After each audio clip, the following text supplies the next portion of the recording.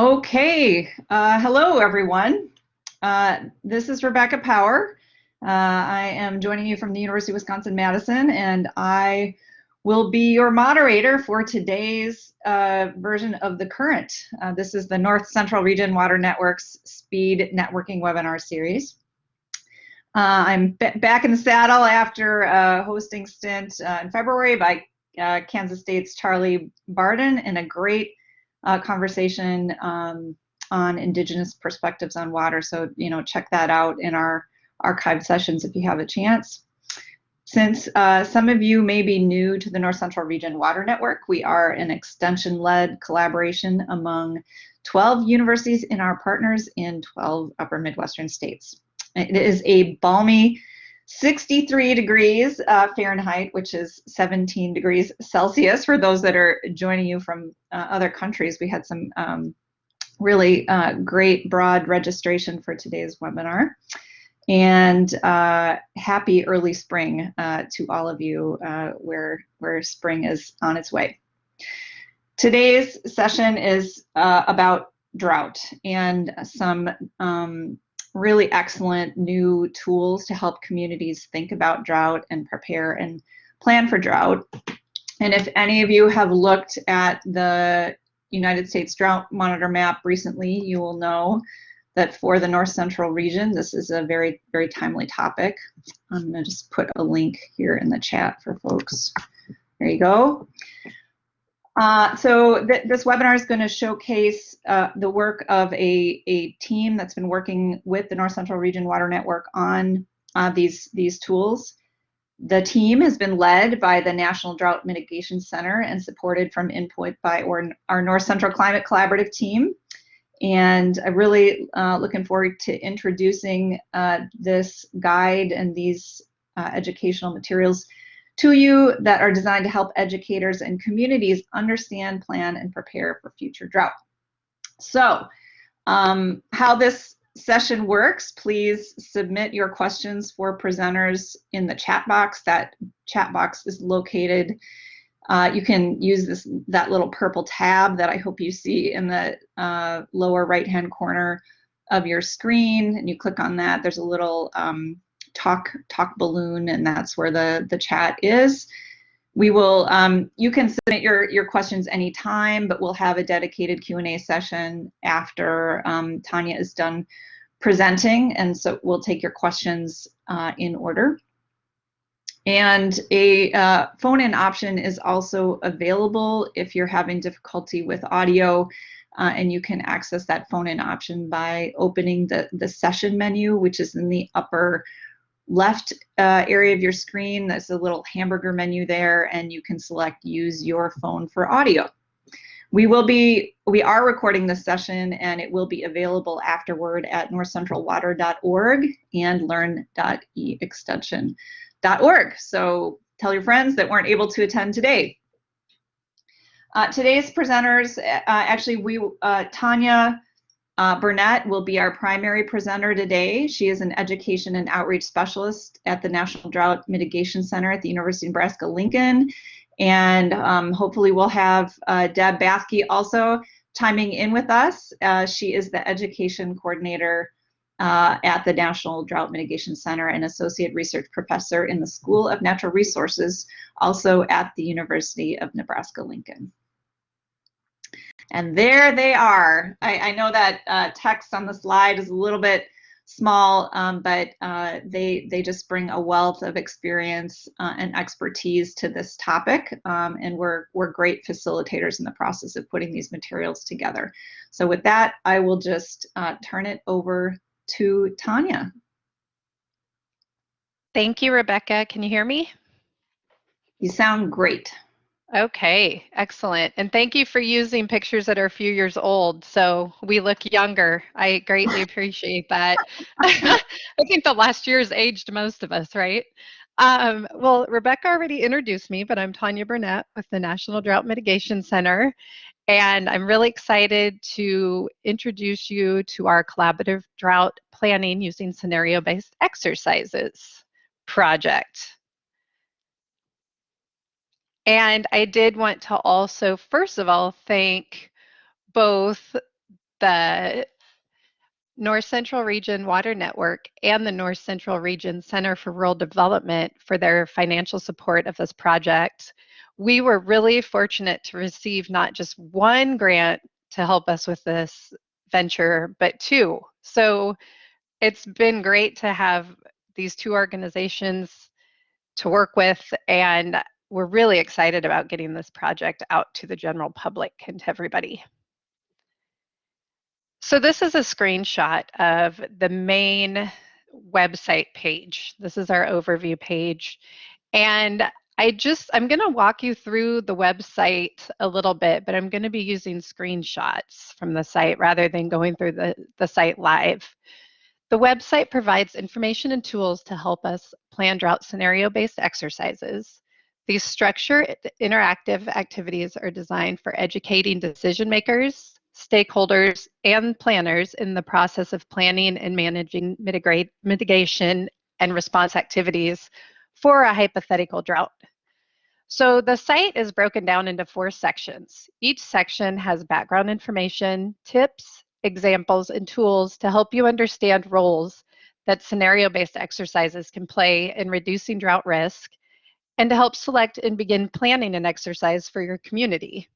Now, I use community throughout this just to make it easier instead of saying community or organization, but really these drought scenario exercises can be used in a variety of ways. So I'm just going to say community to make it all encompassing, just so everybody knows.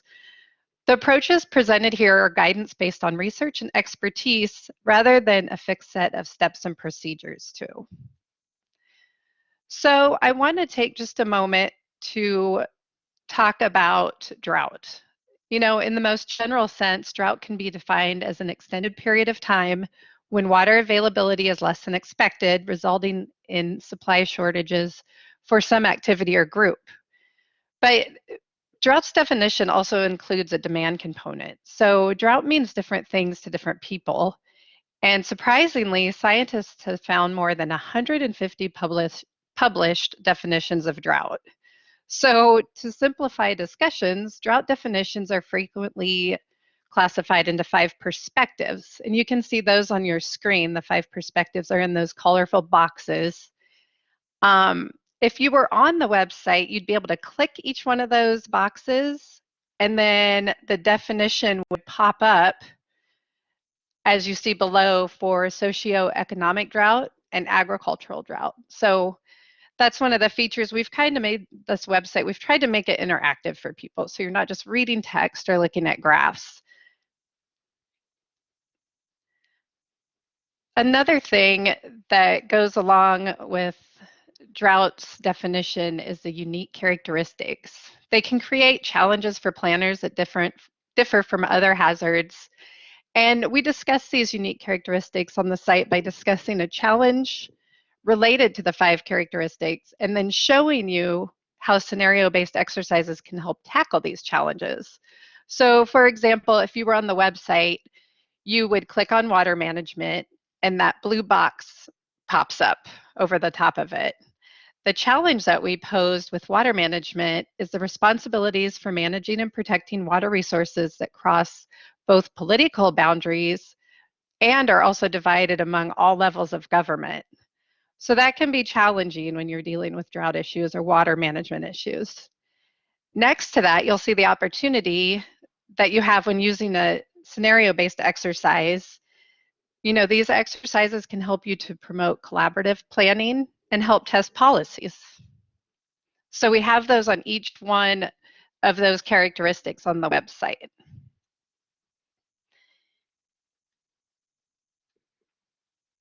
Okay, so there are many reasons why communities should prepare and plan for drought.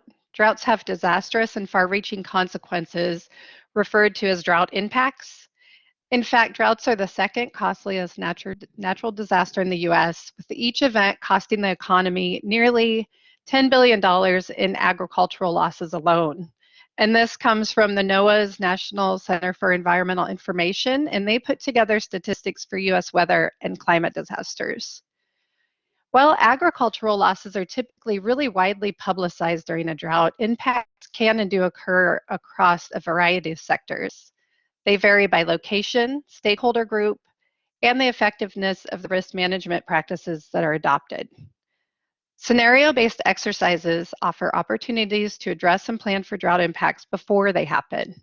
The exercise activities help to identify who and what may be affected by drought, weigh pros and cons of the impacts, and brainstorm strategies to reduce impacts. This can help lead a drought planning process and help your community to develop a preparedness plan. So as I said before, one way to address drought's complexity and planning challenges is through the use of scenarios. A scenario is a plausible event or sequence of events that provide the backdrop for exercises such as training activities or planning discussions. They allow your participants to react and plan for a plausible event so you'll be better prepared to deal with what actually happens. Scenarios can be written as a story, and a lot of times they're enhanced with timelines and maps. Whether it's used for training or planning purposes, a scenario should be very plausible and also challenging. Scenario-based exercises can help your community's drought preparedness activities by encouraging planners, decision makers, agency staff, and citizens to think about how a drought may unfold and what actions they could take before it happens. Here we look at the elements of effective scenarios. So these 4 things are really important to think about when you're planning a scenario-based activity. You want to meet the specific needs of the participating communities. Everybody's drought impacts and perceptions are different, and you want to make sure that you're meeting those and looking closely at those. If you use a narrative that has graphs and text both, that can help to capture the attention, and it helps to explain the impacts or the scenario better for people. You want to encourage thoughtful discussion with participants and use scenarios that can really happen. You also want to provide details that show conditions or support decision making. So, one of the maps that we've used in past scenario planning exercises is a map of where all of the wells are located. And this is just one of the details that's good for people to know.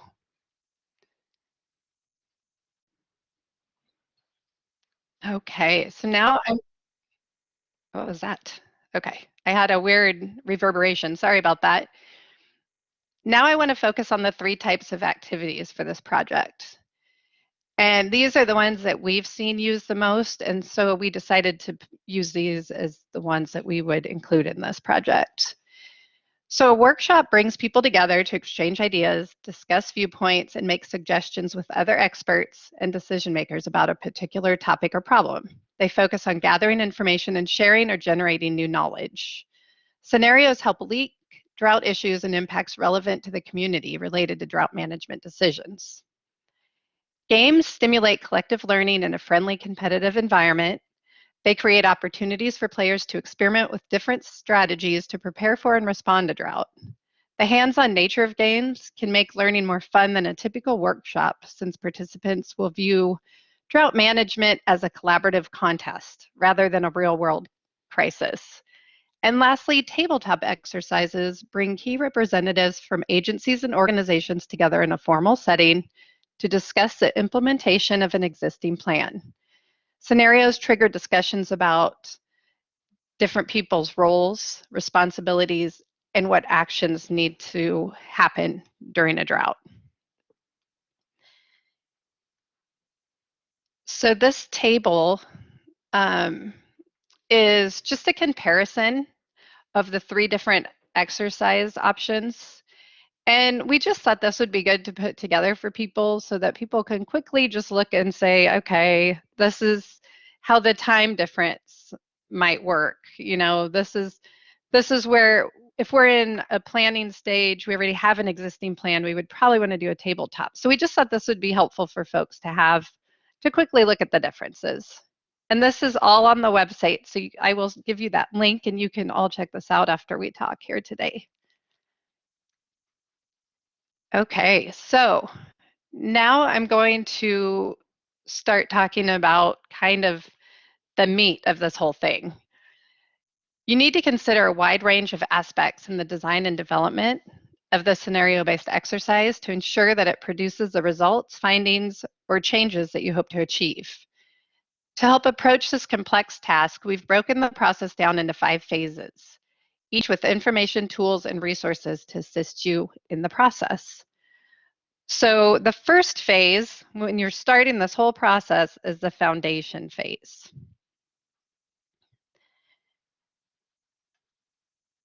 And in the foundation phase of the development process, you start to lay the groundwork for your exercise by assessing your needs and capabilities, establishing partnerships, and defining the scope and objectives.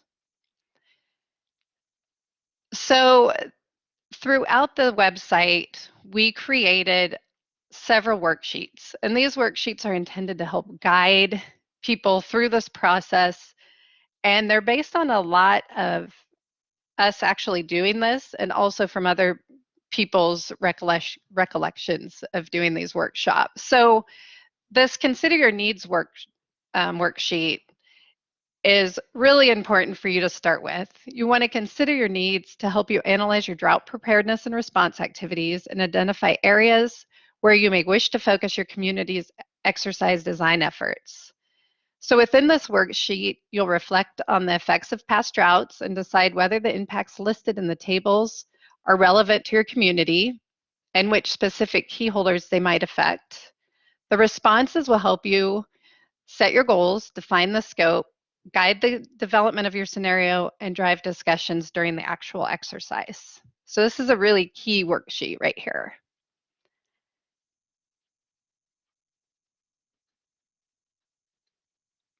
Okay, so after you consider your needs, you'll want to assess your capacity. And this is really important as well. You know, planning, developing, delivering, and evaluating a drought scenario-based exercise takes a commitment of time and resources.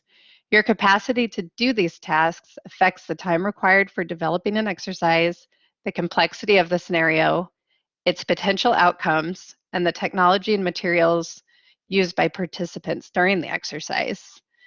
For example, a simpler, less complex exercise generally focuses on education, collaboration, consensus building, using paper-based materials during the exercise and requiring less time for planning. More complex exercises often focus on quantifying risks and trade-offs, incorporating highly customized hydrologic models and decision support tools, and they can take longer to plan. Sorry, I'm scrolling down here. Okay. So after you assess your capacity, you'll want to establish your team. And you'll see that a sample development team structure on the bottom of the slide. This example shows one way of doing it. You know, like I said before, everybody has their own ways of how things will work, and these are all just guidance for you. But you'll definitely want to have, instead of director, I like to say lead planner. And you want to have a team from each of the key participating organizations to help distribute the workload and ensure the results meet the needs of each organization. So, you know, you need scenario development, you need somebody that knows about the local or regional issues, someone that can do the little tedious logistics, who is a lot of times me, because I like that little nitpicky stuff, and most everybody I work with does not, so it works out well.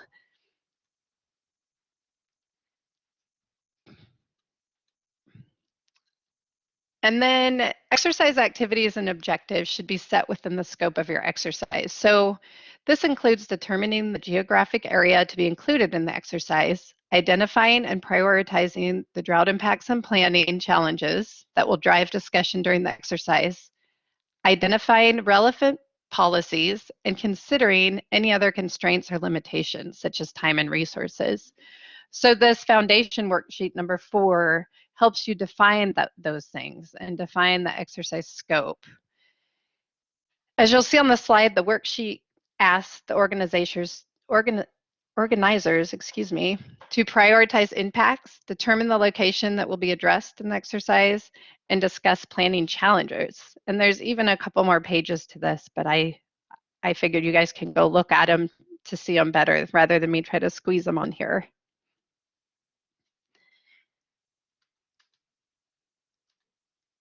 Oops, sorry, I went one too far. Okay, so the last part of the foundation phase is to set goals and objectives for the exercise.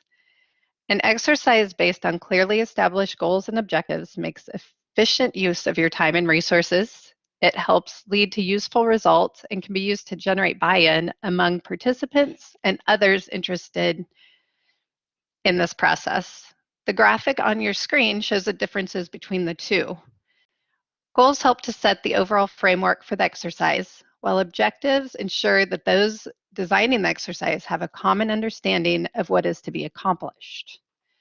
We always think of goals as more big picture statements, and the objectives are the specific things that you're going to do and are more measurable.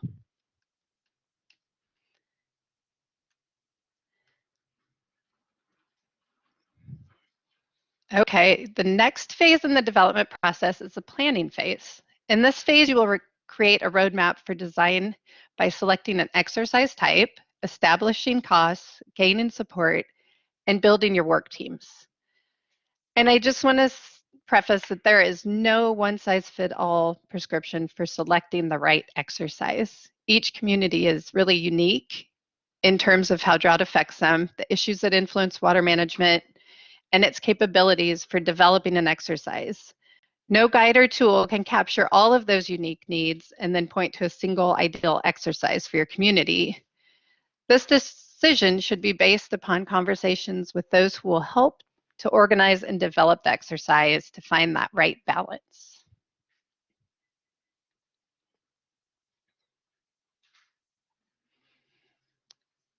Here we have another worksheet, and this one can also be very important.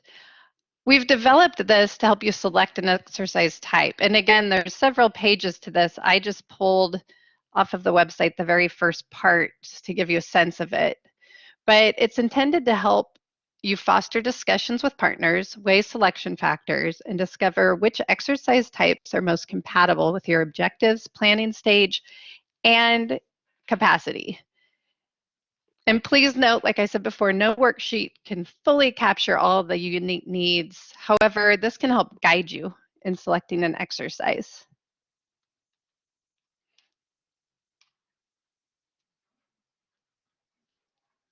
So, as we all know, expenses will vary depending on the size of exercise, or the type of exercise, excuse me, the complexity of the scenario, desired outcomes, and the technology and materials that are needed. For example, if your staff don't have the expertise or time to develop, facilitate, or evaluate the whole exercise, you may need to contract with subject matter experts to help you develop portions of the exercise. And because costs drive exercise development, it's very important to estimate these early in the planning phase. And I have this planning worksheet over here that estimate costs. And so we've got everything we could think of and everything we've done for workshops in the past is on here. And you can put your estimated cost in, and then once you have your actual cost, you can put that in, and then you can see, you might fluctuate a little, but it should really help you if you can track them through this. And on here we have materials and supplies, venue rental, and in the past year, we've all had to rethink how workshops can be held and have come a long way in using virtual meetings. Doing workshops virtually can drive costs down significantly. You don't have the venue to worry about, the food, the travel expenses. But at the same time, I really feel like there are still times when a face-to-face meeting is better. I tend to do a lot better face-to-face than sitting behind my computer and trying to talk to people through a Zoom meeting. And those breakouts and those dinner discussions that you have can generate ideas and collaborations that are really invaluable. So while I think that in the future we can do some of these things virtually still, but I really think that there's sometimes that you have the face-to-face just works better. But either way, The cost should be considered up front in order to ensure that you have everything you need for your exercise.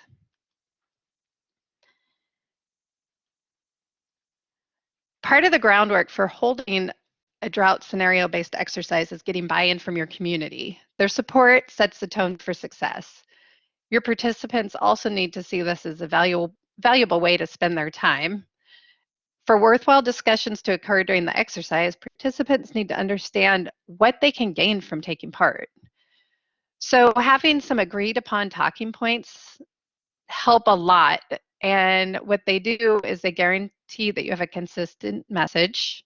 They give the audience an instant takeaway, and they save time by establishing a baseline for creating your content, whether it's on social media or flyers you're putting up. It's all the baseline information's there and it's consistent. And things you should include in your talking points is what is the event? Why does it matter? Who will benefit from the exercise? And on the bottom of the screen, you'll see that this is some example talking points that we use for a workshop in Iowa. And we came up with those as a way to, help people understand why the event matters. Livestock numbers have continued to grow, yet no comprehensive drought plan has been created to help think more about that. So talking points are really, really beneficial, and we really encourage people to come up with those as a team. The last part of the planning phase is to identify your working groups. They're the subunits of the development team that consist of people who collaborate to accomplish the tasks and create the products needed to design, deliver, and assess the impact of the exercise. And from our experience, the four main working groups include logistics, scenario development, evaluation, and facilitation. Each group brings their own strengths to the table and are important to the success of the exercise. And some people or some groups might need a handful of people, like for instance, the scenario development. You might need somebody that works in water management or a local utility, and you might also want a climatologist, and then there's the facilitate or the logistics and the evaluation that sometimes only one person does that. So it's okay if it's not like a group, but just so you have those fundamental groups kind of laid out. Now we're going to move on to the design phase of the development process. And during this phase, you transform your plans into the products and materials that will be used to deliver the exercise and assess its effectiveness. So, and on the website, I don't think I pointed this out, but on the website, we have these bars where you can click on the top bar here. You can click on those and it'll take you specifically to that part of the website, because some of these pages are really long with a lot of information. So if you want to go to one specific thing, you can click on write the evaluation plan. So the first part of designing the exercise is to organize the logistics. Drought scenario-based exercises are a great way to get people together to discuss drought preparedness and response activities, but the legwork and the logistics that can create an effective exercise can be really easy to miss. By taking time to think through the practical details, such as space, time, and equipment, you can help ensure that your exercise runs smoothly and delivers the intended value. So down on the second line here of bars where it says task for organizing logistics, again, you can click on each one of those. And I had clicked on select a date and time. And you see in there in the box, there's key questions to consider when choosing a time and a date. The same goes for setup registration. So we've got these little, key questions to help run people through the important parts of the logistics.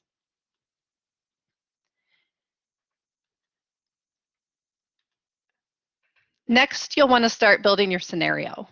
The scenario is the structured account of the conditions and events that will drive discussion during your exercise, and it also sets the stage for participant activities and responses.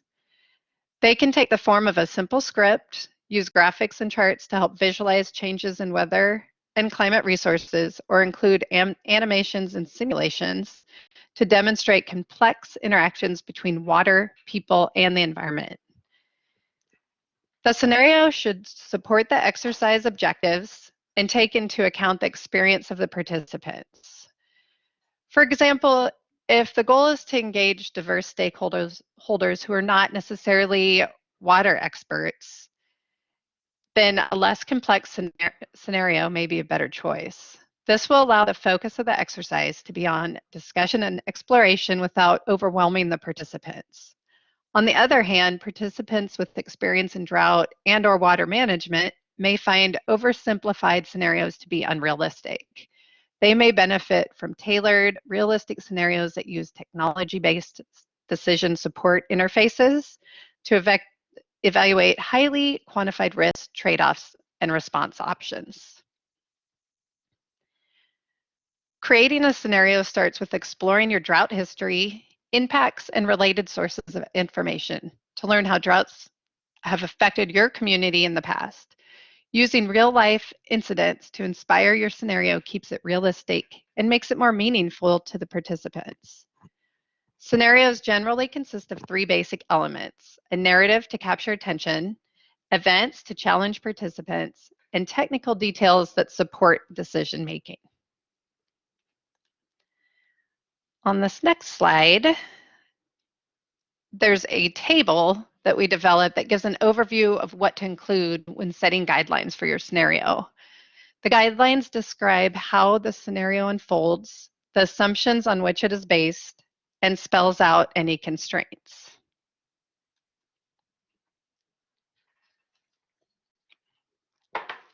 Excuse me, I had to get a drink. Okay. Evaluation is the process of understanding the effectiveness of the exercise. Too often, evaluation is an afterthought, and it makes it less effective than it could be. Taking the time to map out the evaluation early in the exercise development process helps ensure the exercise is designed to meet its objectives, creates a shared understanding of the purpose and use of the evaluation results, and improves the buy-in for the evaluation and its findings. If you don't have evaluation expertise within your team, it's a good idea to find somebody to collaborate with or hire someone to help with this portion of the exercise. It can be a little overwhelming, and I will honestly say that I am not an evaluator. I can help with them, but that's not my forte. So there's 4 tasks that you should consider when writing an evaluation plan. You want to identify the purpose of the evaluation, determine potential questions, design data collection and analysis, and prepare your results. And there's a lot more information on these sections throughout the website, but I'm just giving you a brief intro into them, and hopefully you'll be able to go to the website and learn more as you see fit. Usually more than one method can be used to collect data for your evaluation. You want to select a method that provides appropriate information to answer your evaluation questions and is feasible given your time frame, resources, and expertise. You may need to use a combination of methods for different aspects of the evaluation. And we also wanted to point out that data collection may need to take place at multiple time frames. It kind of depends on the questions that you are trying to answer. And if time and funding allow, we like to encourage people to consider collecting data weeks or months after the exercise to measure mid and long-term changes. It's always kind of interesting to see how things turn out a few months later for folks.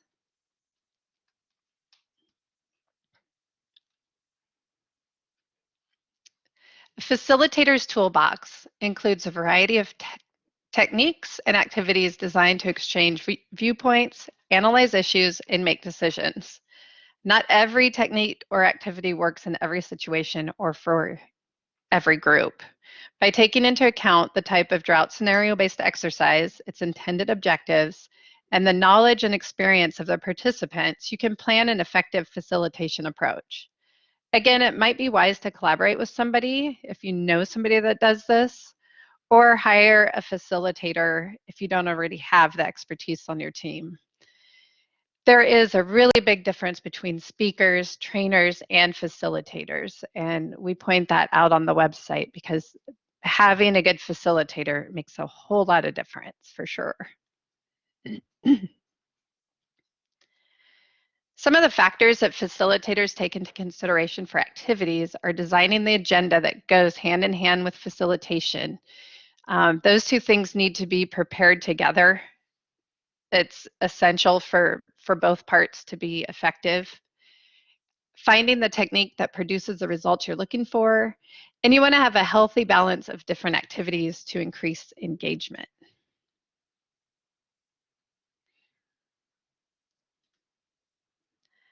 The fourth phase of the development process is implementation. So you've done all the work in planning, and now the day is here for your event. Ensure the exercise goes smoothly by holding a pre-event orientation, managing logistics, setting expectations, and prepare yourself to collect the data.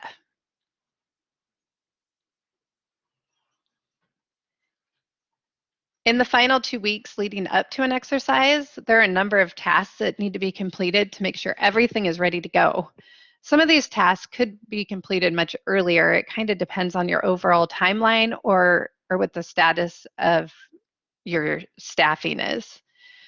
Decide what materials will be sent to participants prior to the event so they can familiarize themselves with the information. These items can include, if you're having it at an actual venue, you might want to send parking information. You're going to want to send an agenda. Sometimes we've had games, people have held like actual scenario games, and they send out a whole playbook for the game, or you can send out the scenario. Also, if you have a pre-survey to distribute, this is a good time to do that, along with any pre-work that you'd like the participants to do. You also want to take time to finalize all the logistics, such as the venue, and make sure all of your speakers are still able to join you.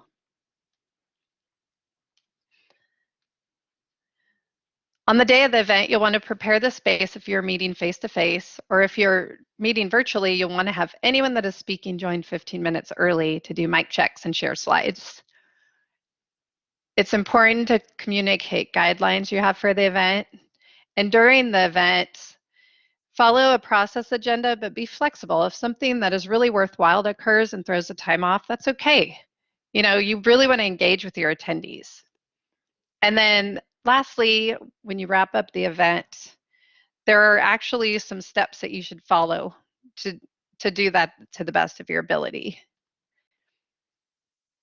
In the final phase of the workshop, you bring the group back together and you wrap things up. You may want to go through a formal facilitated activity, or you may just want to ask some questions and listen to what people have to say.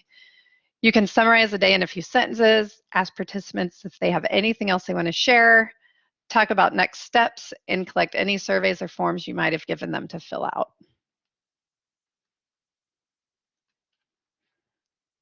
And then you think it's over, but once the exercise is over, there's still a handful of things that need to be done to wrap up the event and get final information out to your participants and funders slash, anyone else, your boss. So some of these tasks include, you want to debrief with your development team within a week, 2 weeks at most afterwards, so that you don't lose that momentum.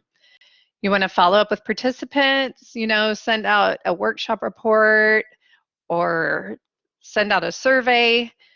You need to review the evaluations and gauge their feedback, put all the notes together, and then set your timeline for any remaining activities. Now we are to the last part, the impact part. And again, you still have some stuff that you have to do. You have to evaluate, you have to reflect on the experience, identify lessons learned, and we actually have a worksheet we developed about lessons learned. You'll want to go back to your evaluation plan and remind yourself what you had hoped to learn. Then you'll need to analyze and interpret your data so you have usable results. This will vary depending on how you collected your data and what you intend on doing with it. The lessons learned are the knowledge and data you gain from conducting the drought scenario-based exercise.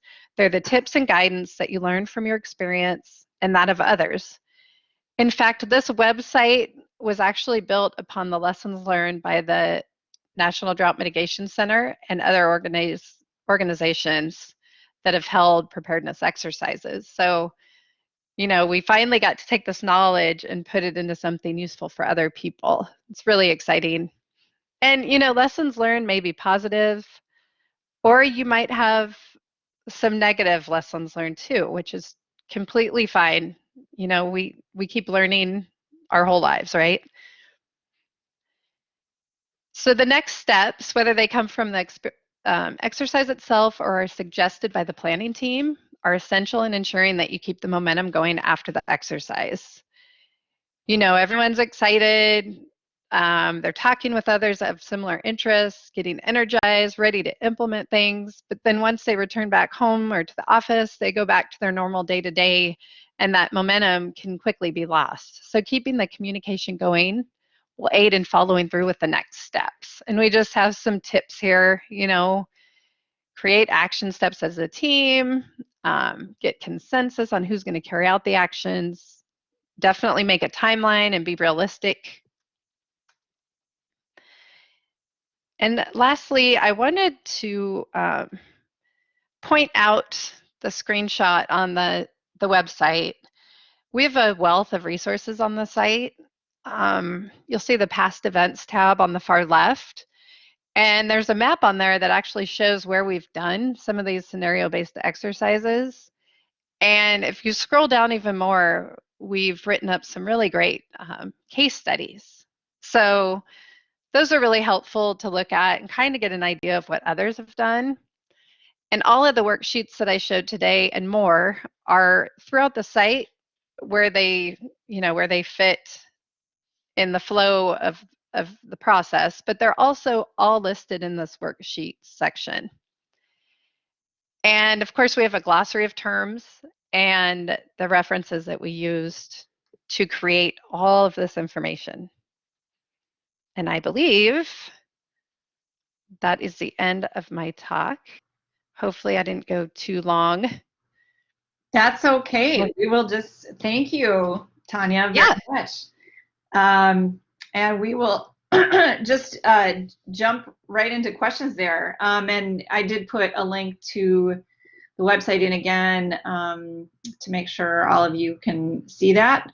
And I know some of you were poking around on the website and referring back to what Tanya was saying too.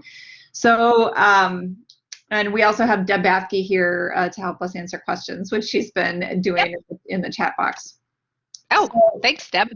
Yeah. And please, feel free to put any other questions that you have in the chat box, and we will get to them in order. So I am going to circle back to Tony Clem's question, because I think there's probably more that we could say here and that other people are probably interested. So the question is, in light of COVID or tight budgets with the travel restrictions, I'll put that in there too, how well would this planning and preparation methodology translate to virtual events, like some kind of Zoom format? Mm-hmm. Deb, do you want to answer that? I already, since you've been more involved in it, in the Nebraska one. I already did via the chat, so I want to hear what you have to say. Well, so I was just part of a USDA meeting last week that was 8 hours, 4 hours for 2 days. And, it's kind of stressful at first not to be able to sit in a room with people, or it's kind of hard to think about all of it and get it all set up. But you know what? It actually works really well if you have the right people on your team. So you can do just about anything virtually as easily as you could face to face. Like I said before, I miss those interactions though at the breaks and stuff. You don't get to do that when you're in a virtual meeting. But I think that the planning and preparation that the guidance we've given here can can completely be used to do a Zoom meeting for something like this now. I mean, it just depends on your team. The team can make it or break it. I truly believe that. So get good people to help you. Okay, and Carmelita is asking, she says, we have a pretty good handle on the science of drought. How have you been able to incorporate economic impacts? And I'd also say, just couple a question that I had with the, the information gathering for preparing the scenarios. I'm imagining, so I just like wondering what level of specificity you go into, and so if you could maybe incorporate both the economic impacts and the data gathering for the scenarios, that would be great. Sure. Deb, that's all you. It's not all me, but I'll start it and you can chime in. I just want to point out that Tanya and I don't actually develop the entire exercises. We have done that a couple times in the past, but for the most part, our experience has been with serving on development teams, not doing all of the details of it. And in terms of how can you incorporate economic impacts, and this goes along with the information gathering, it depends on what is available for your community or your state or your region that you're wanting to do the exercise. If that research exists or if you have the resources to be able to do that, then you can incorporate those. And in terms of the information gathering in general, the level of detail that you need really depends on what you're hoping to get out of the exercise. Some exercises use a scenario that's maybe just a couple of maps and a paragraph. Others use really complex modeling, watershed level modeling and climate change modeling. So that's why it's really important upfront to spend time on trying to figure out what you want. Tanya, do you have anything to add? I think you covered it pretty good, but yeah, we've seen so many different kinds, and I think still one of my favorite ones was one that we did in Scotts Bluff, and there was a lot of pencil and paper and so many sectors represented, and I just feel, I mean, they didn't have a huge budget, but I feel like it was just so personalized and people got really creative, and I just feel like sometimes the paper and pencil works just as well as a big expensive model. But that's just me. I'm not a big modeling person anyway. So but it does depend on what you're trying to get out of it. One of their yep, goals for absolutely. that one was really education and getting buy-in into the planning process and getting people aware of all of the issues that are associated with drought. And that's different than if you're trying to hold something where you're evaluating trade-offs of specific actions. So definitely depends on what your objectives are. That's great. Thank you. And I'm just reading into this a little bit and saying, I'm hearing that people in communities shouldn't be afraid to dive into, doing this type of exercise if they don't have all the data that they feel like they'd want, that they're like, and so there may be some tailoring of goals to the data available as well as determining, okay, do we need just a little bit more data, and so maybe we wait a year and to make sure we achieve our goals. But either way, if the time is right, you shouldn't be afraid to start, is what I think I'm hearing.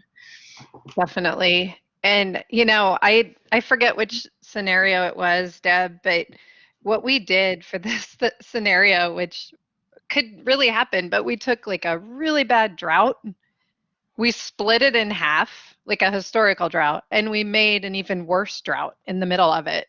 And it was horrifying to think that could happen, but it absolutely could. So I just feel like, if you're putting together worst case scenario, make sure it's worst case scenario so that you really have to think it through and use all of the knowledge that you have to come up with a good plan. Great. Thank you.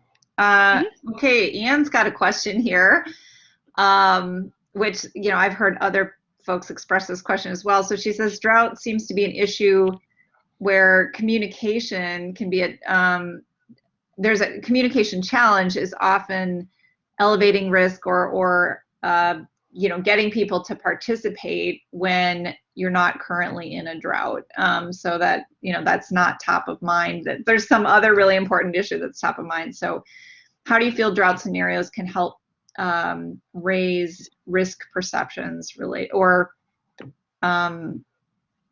not raise but get drought top of mind when maybe it might not otherwise be? Sure. Well, one of the things with drought is that it's not like a tornado or flood where you instantly see something happening, And so as people creep into drought, they're like, "Oh gosh, here we are," and it can be pretty quickly onset and you don't even realize it. But I think that people that are or organizations that are in more drought-stricken areas that have had historically bad droughts are getting better about that. I feel like the scenarios can really help people come up or at least start the planning process or start coming up with a drought plan of some sort. And we've had quite a few people come to us and ask about it, even when we're not in a drought. So I think that collaboration is something that really sticks with people when they do these. I think I would like to add too that one of the benefits if you do a scenario-based exercise and you have one more that's for general stakeholders, it can really be used to get people to think outside of their own perception of what drought looks like. Hmm. So That's very true. Thank you. Thank you very. I had myself on mute there. The ever present need to find the mute unmute button. Okay. Brian Brucker has a nice little paragraph here, sharing some of his experience and the experience of his natural resource district. So I'm just he's saying what he did, and then that they utilize the drought severity categories as determined by the drought mitigation centers are triggers, but where they've run into resistance is where we're forced into responding to a crisis situation. Our board seems apprehensive about enforcing meaningful mechanisms to provide an effective level of protection. So that whole, when you get into a situation where there needs to be a policy change and sometimes a more restrictive policy change to respond to a scenario. So any thoughts about that, Deb or Tanya? I think that's a situation that a lot of states or regions run into when trying to implement their plan is that when it comes down to actually implementing it, there's resistance for political reasons or whatever. And I think one way that having a drought exercise, he said they had one, but if you could also have another one where it shows where you go through the plan so people can be aware of what's going to happen and so they know that it's going to happen. So there's some level of using another exercise for like education and awareness of what will happen, and then also making people aware of what those stages are at the very beginning of a drought too. And it may just need some tweaking too. Maybe those levels where those triggers and those actions aren't quite in the right spot. So it could also need to be some tweaking there as well. So Brian, I'm happy to talk with you more about that on the side if you'd like. Okay. Yeah, that's really helpful. Are there any, just quickly, are there any specific resources in that on the website that deal with that kind of situation? Um, where people might come into some resistance around some of the scenarios? Not really. I think we kind of made this thinking that everybody would want to would want to follow it and there'd be no resistance, right, Deb? Well, In a yeah. Well, perfect no. world. Well, this is I know, yeah. but Brian's question is more about like once you have an actual plan, mhm, and so that's kind of at a different level than what this guide addresses. And yep. I just finished drafting um, like a white paper that discusses some of the types of questions that Brian is asking. It's not ready to be distributed or anything yet, but that's something that I have been thinking about and looking into. So, um, Great. so that's where we are with that, I guess. No, that's helpful. Well, we look forward to seeing that when when you have a chance to fully flesh that Mhm. out. Okay. Unless there are any other pressing questions, we are getting very close to time. So we thanks Tanya and thanks Deb so much for joining us. And as I said in the beginning, a lot of our region here in the North Central region is experiencing drought right now. So this is a timely topic and a timely resource. And you all are always a critical resource in the region addressing drought. So we're so grateful that we have you here in our region. Aw, thank you. Absolutely. You can visit our website, the North Central Region Water Network website, northcentralwater.org, to access the recording of this webinar. And we, of course, invite you to share it broadly with folks that might be interested. And we also wanted to let you know about another upcoming webinar from our Soil Health Nexus team, our soil health team. They have a digital cafe series, and their next webinar is, and it's actually, they have a lot of conversation that they do and breakout sessions as part of that, evaluating soil health and soil carbon dynamics in Midwestern cropping systems. So that is March 24th at 2 p.m. Central Time. So thank you all so much, and have a great rest of your day.